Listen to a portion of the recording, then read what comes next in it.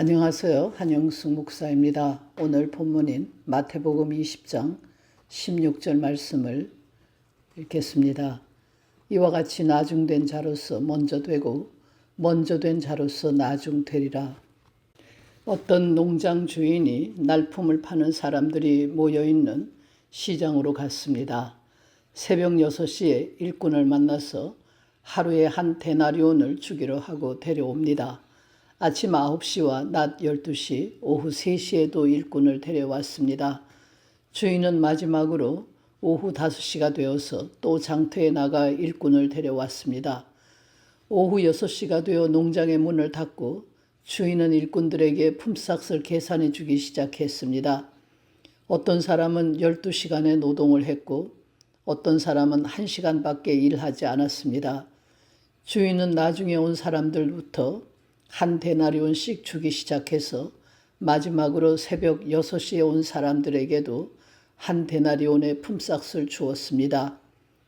마지막에 품삯을 받은 일꾼들은 우리는 새벽부터 이곳에 와서 하루 종일 힘들게 일했는데 당신은 1시간밖에 일하지 않은 사람들과 우리를 동일하게 취급하였습니다라고 주인에게 항의를 하였습니다. 이들의 항의는 당연하게 보입니다. 그러나 주인은 난처해하기는커녕 단호하게 대답합니다. 당신들은 나와 한 데나리온의 약속을 하지 않았습니까? 저 사람들에게도 한 데나리온을 주는 것은 내 뜻입니다. 내 돈을 가지고 내 마음대로 하는 것이 잘못입니까? 내가 선하기 때문에 당신들이 나를 악하다고 합니까?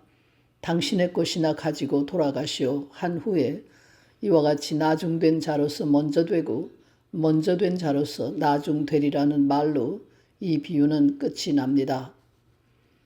이것이 예수의 가르침이고 또한 교회의 가르침이라고 마태는 전합니다.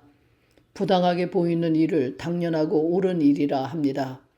이런 세상이 잘못된 것이 아니라 선하신 하나님이 다스리는 곳이며 교회 안에서도 이런 일은 일어난다고 말합니다. 교회 안에도 고생하는 사람과 대접받는 사람이 따로 있는데 이는 선하신 하나님의 은혜로움 때문이라는 말입니다. 우리는 고향을 떠나온 이민자로서 남들이 하지 않아도 되는 고생을 하며 삽니다. 그토록 애쓰며 일해도 대기업 총수가 되지 못하고 사람들이 알아주는 한 자리도 못합니다. 화려한 꽃처럼 시선을 끌고 박수갈채를 받으며 달콤한 열매를 독차지하는 사람들이 부럽기도 합니다. 부러움에 지쳐서 체념하거나 속이 뒤틀리다 못해 꼬인 사람들도 있을 것입니다. 불공평한 세상이 싫어서 세상이 망하기를 바라는 심정으로 예수의 재림을 기다리는 사람들도 교회 안에는 있을 것입니다. 오늘 말씀은 우리의 이런 생각을 악한 것이라고 지적합니다. 억울하다고 하소연하는 우리의 기도에 하나님의 응답은 단호하게만 합니다. 나는 너에게 줄 것을 다 주었다. 내가 너에게 잘못한 것이 없다. 내 것이나 가지고 가라. 억울하다고 울부짖는 하소연을 들어주지 않는 하나님을 거부하시렵니까? 성경에 나오는 인물 중에서 가장 억울한 대접을 받은 사람이 있습니다. 그는 오늘 비유를 말씀하신 예수 자신입니다. 그는 부잣집에 태어나지도 않았고 호화롭게 살지도 않았습니다. 예수께서는 여우도 굴이 있고 공중의 새도 깃들일 곳이 있으나 인자는 머리 둘 곳이 없다 하셨습니다. 그는 전생애에서 12명의 제자를 얻었으나 그들 중 하나는 배신자였으며 마지막에는 모두 그를 버렸습니다. 아내도 자식도 없었습니다. 범죄한 사실이 없었음에도 죄인으로 체포되어 매를 맞고 조롱당하고 십자가에서 죽었습니다. 예수보다 더 억울한 사람은 세상에 없을 것입니다. 그러나 예수께서는 한 번도 하나님을 원망한 적이 없고 오직 하나님의 뜻을 위해 살았을 뿐입니다. 예수께서는 하나님의 마음을 알았고 하나님의 뜻을 이루었고 하나님의 일을 완성하셨습니다. 하나님은 예수의 죽음을 부활의 생명이 되게 하셨고 이 예수를 하나님의 아들이라 선언하셨습니다. 사는 것이 힘들고 억울하고 견딜 수 없다고 생각될 때 눈을 들어 주님의 십자가를 바라보시기 바랍니다. 인간은 모두 죽습니다. 한번 살다가는 인생이 편하기만을 바라지 마시기 바랍니다. 그것은 하나님을 모르는 세상 사람들이 구하는 것입니다.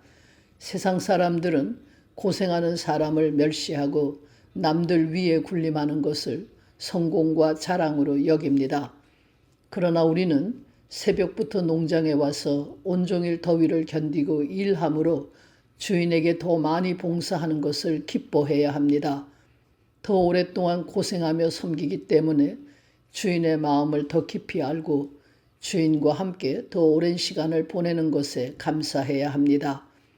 희생과 헌신의 삶이 하나님의 아들의 생애입니다. 희생과 헌신을 기쁨으로 감당하는 것이 하늘나라의 삶입니다. 사람이 세상에 태어난 것은 섬김을 받기 위함이 아니라 섬기기 위함이라 예수께서 말씀하셨습니다. 사도 바울은 하나님의 은혜가 헛되지 아니하여 내가 모든 사도보다 더 많이 수고하였다 고백했습니다. 기도하겠습니다. 감사와 기쁨으로 주님의 십자가를 따라가는 저희가 되게 해 주시옵소서. 예수 그리스도의 이름으로 기도합니다. 아멘.